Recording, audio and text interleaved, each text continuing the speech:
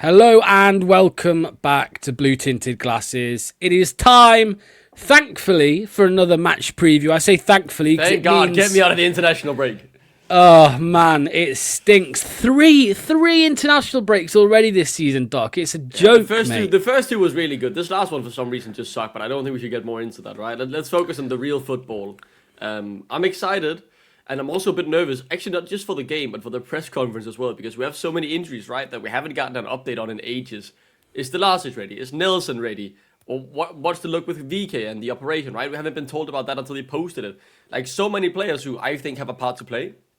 We have no idea if they're ready, so I'm excited for that. On VK, actually, have you not heard anything in Danish media? Is it his ACL? Is it something else? Genuinely nothing. Like the only thing we have seen about it, even in the Danish news as well, it's just his post on Instagram, right? Marty didn't mention it. He mentioned, he had a bit of a knock in the first half against, was it a Blackburn, and then he played until he couldn't do it anymore and had to go off. Nothing about a time frame, nothing about how serious it is.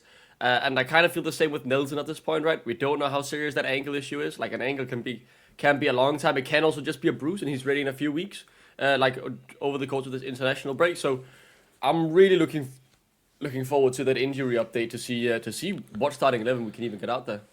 Yeah. Well, this one is going to be against Stoke. And it's going to be a tough one, Doc. I mean, Stoke, kind of the team that everybody kind of banters and calls like Arsenal, right? The new Stoke, Arsenal, the new Stoke, because of how they used to play. Yeah. But here they are, mate, in third place after 15 games. Third place. We've not hit third place yet this season. I think the highest we got is fourth. Here they are, mate. 8 wins, 3 draws, 4 losses.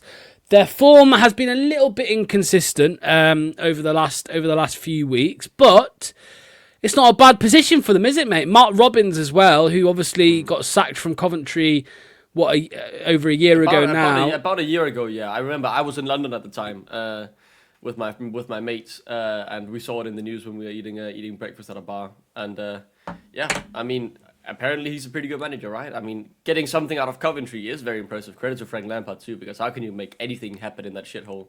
But I mean, he's done a good job at Stoke. I think he's exceeded preseason expectations, right? When we got relegated, I did my due diligence and hear some predictions from those who are more knowledgeable on the league than I am, and many predicted Stoke to finish bottom half of the table, if not battle against relegation. So the few times I've watched their highlights on the EFL YouTube channel, they look very competent. They look direct. They look attacking, and it feels like there's a lot of good feel around the club that they finally get some value for their money. Sometimes some Leicester fans as well did ask for Mark Robins in the summer when we were looking for a manager. Mark Robins was a name that some Leicester fans did want as well, and in previous times as well when we've had a manager sack and they've mentioned Mark Robins, because I don't know if you knew this, Doc. He did play for Leicester, Mark Robins. So he has links to the club. So it could be one for the future for Leicester. Who knows? If the club do decide to go down a more direct route rather than the style of football we like to play at the moment, I think he's definitely one to look at in the future. But yeah, moving on. Now, I do this every week. And honestly, this is the first time this season there was only 2 weaknesses instead of 3 for the away team. So you can see here strengths. We'll talk about the strengths first, mate. I mean, this scares me. Counter-attacks, attacking down the wings and finishing scoring chances. Because you attack our fullbacks, Doc. You attack us with width. I think we struggle. I think that's where we struggle most. I mean, in the situation we're in right now, a counter-attack from the wing down the left-hand side with Luke Thomas and Yannick Vestergaard playing there. How do we expect that to go, right? Obviously, I think Vestergaard should be part of the starting 11. When we have the ball, he's brilliant in this league. When we don't have the ball, that's when his issues arise, especially in counterattacks when he has to actually move himself around the pitch.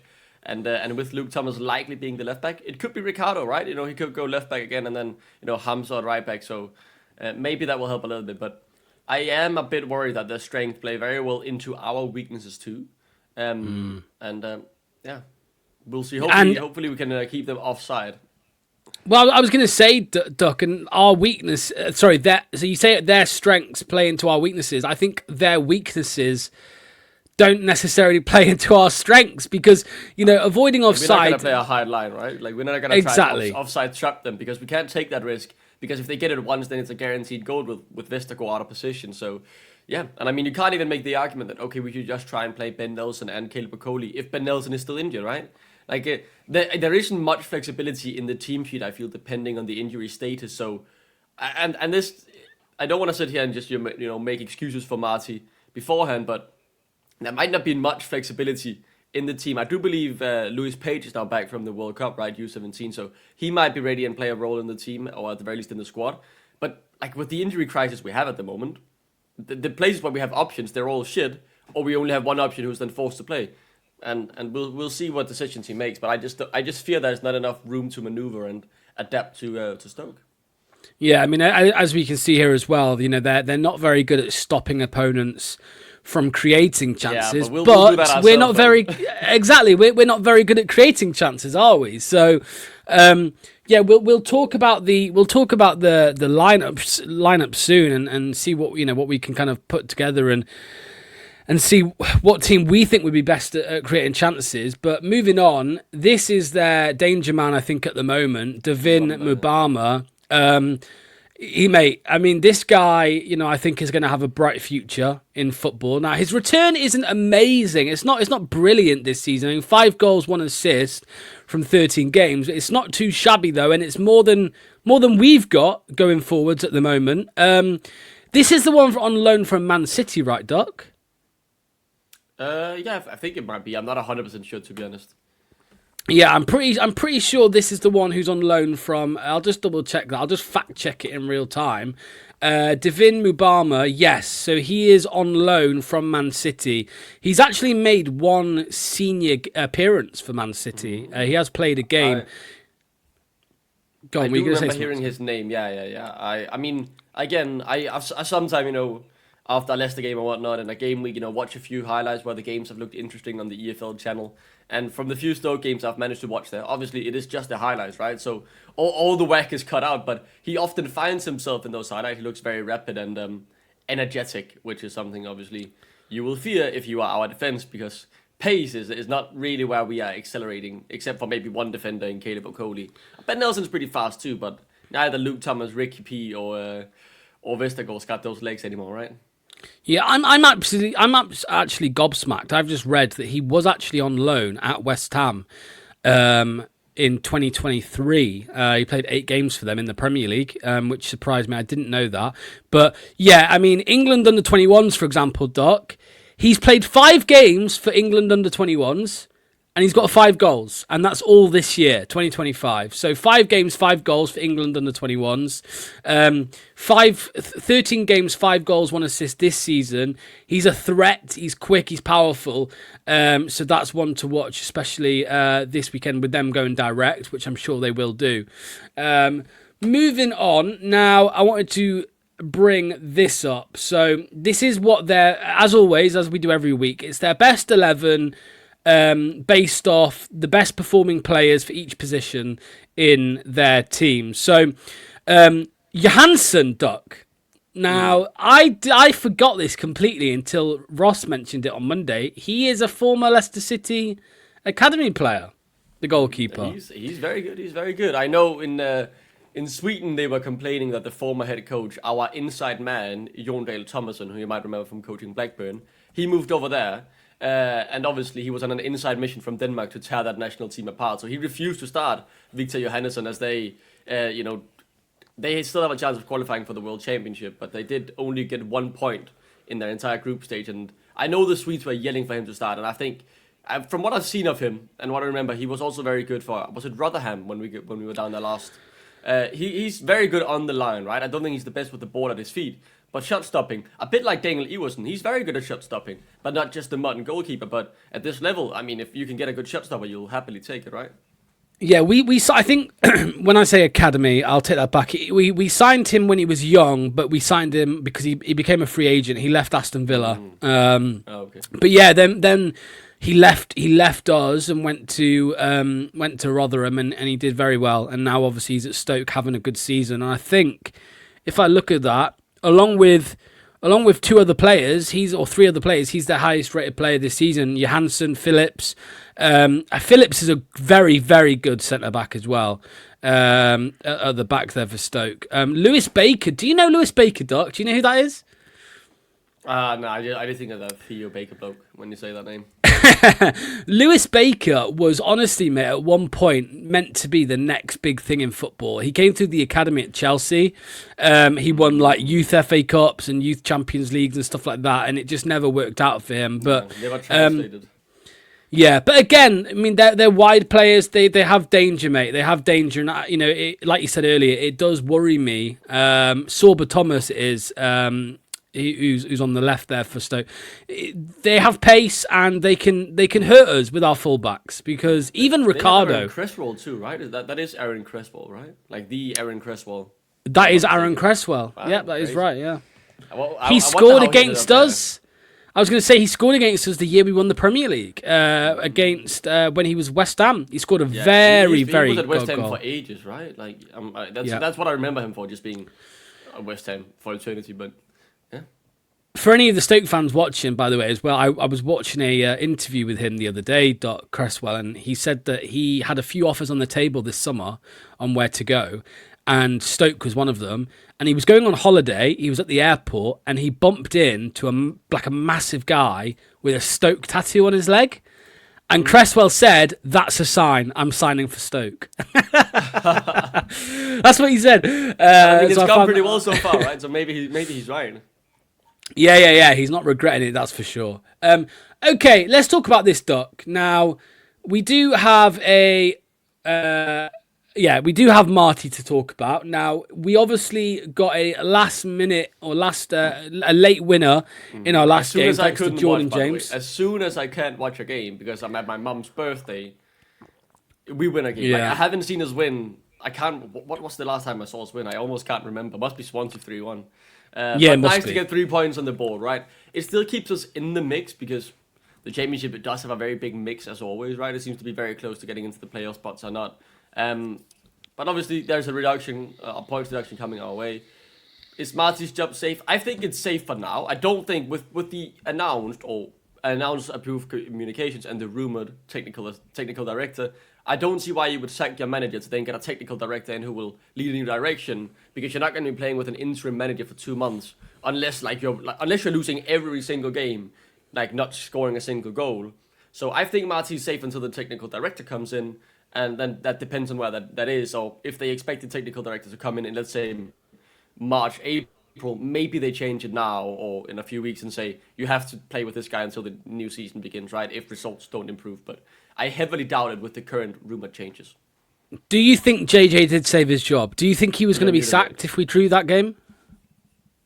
I'm not sure, because obviously it sounds like the technical director thing has been going on for a while behind the scenes, right?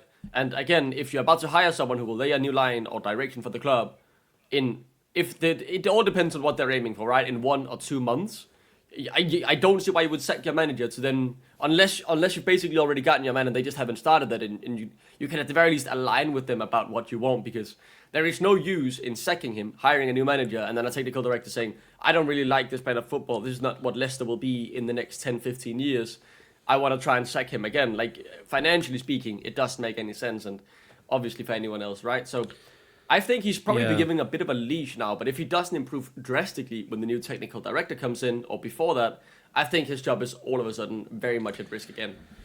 Yeah, I would agree with you. I mean, Wrexham are just behind us. They're on a decent run of form there. They're unbeaten in 5 games. Our form is just looking a little bit stinky there. Hopefully we can piece together some more green, as we see on the board there. But moving on, Duck. Now let's talk about this, mate.